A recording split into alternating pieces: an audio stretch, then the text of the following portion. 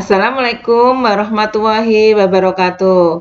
Alhamdulillah ya anak-anak, kita bertemu kembali dengan Bu Umi hari ini ya. Sehat semua kan kalian? Sebelum kita bahas tema hari ini, sebelumnya kita berdoa terlebih dulu ya. Kita awali dengan bacaan basmalah bersama-sama. Bismillahirrohmanirrohim. Semoga dengan bacaan basmalah ini dimudahkan, dilancarkan, dan diberikan kepahaman ya. Dengarkan ya. Kita bahas tema 8, subtema 3. Toleransi keragaman sosial. Ini Bumi akan menjelaskan manfaat dari keberagaman jenis usaha yang ada dalam masyarakat. Ini hampir sama dengan IPS ya. Berbagai jenis usaha atau kegiatan ekonomi yang dilakukan manusia untuk memenuhi kebutuhan hidupnya. Di Indonesia ini ada bermacam-macam keragaman jenis usaha atau kegiatan ekonomi masyarakat yang dipengaruhi oleh beberapa faktor. Nanti masalah kegiatan ekonomi akan dibahas dalam IPS ya, tema IPS. Berikut ini adalah faktor yang mempengaruhi keragaman jenis usaha atau kegiatan ekonomi yang ada di masyarakat.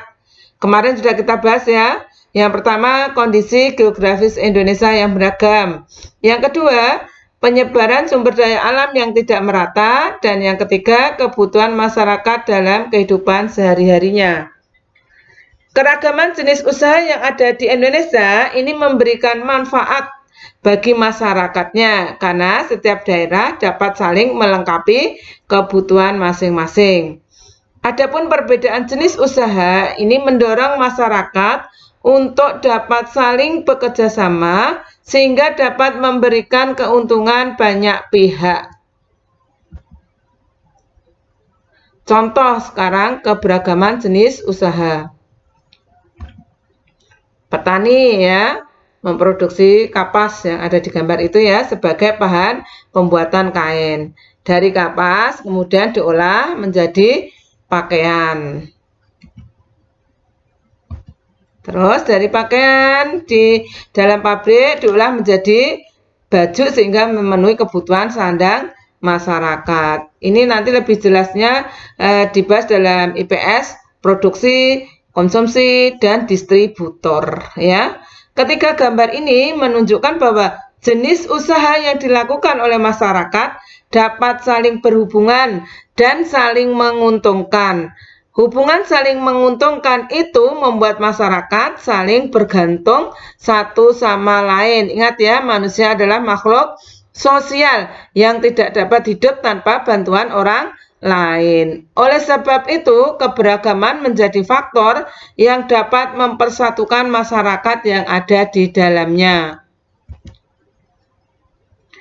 Adapun manfaat dari keragaman jenis usaha dalam masyarakat adalah yang pertama, meningkatkan kesejahteraan masyarakat.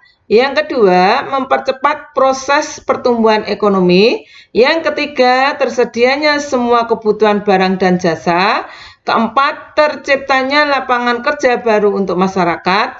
Yang kelima, memudahkan masyarakat mendapatkan barang dan jasa.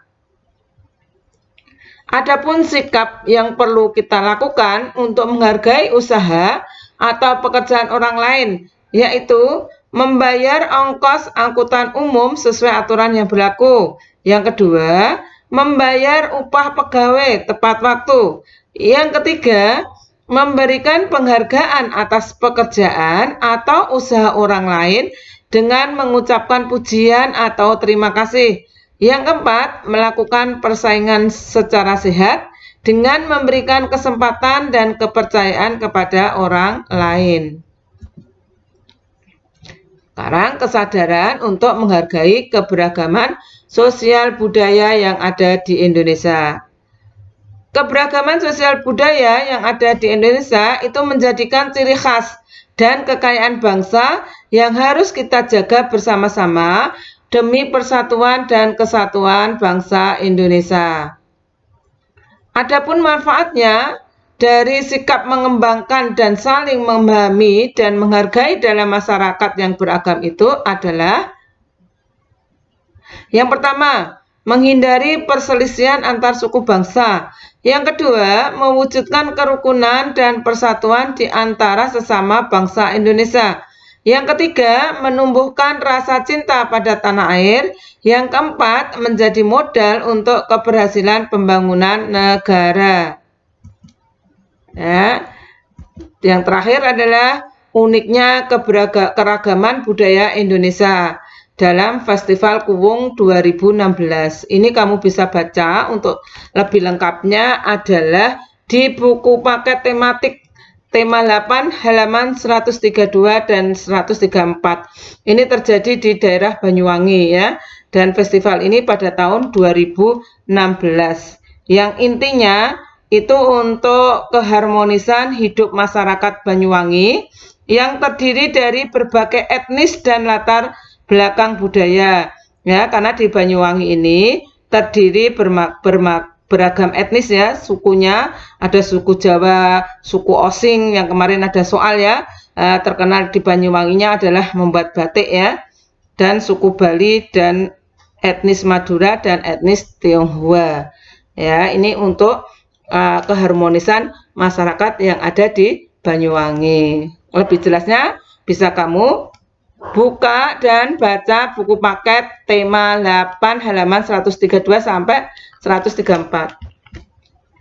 Cukup sekian ya dari Bu Umi. Apabila ada kata salah, Bu Umi mohon maaf. Dan sebelumnya Bu Umi selalu mengingatkan sholat 5 waktu tepat waktu, sholat duhanya, murojaahnya, tahfidnya, dan selalu berdoa serta bersyukur. Bu Umi tutup ya dengan bacaan hamdalah bersama-sama. Alhamdulillahirabbil alamin. Wabillahi taufiq walhidayah. Wassalamualaikum warahmatullahi wabarakatuh.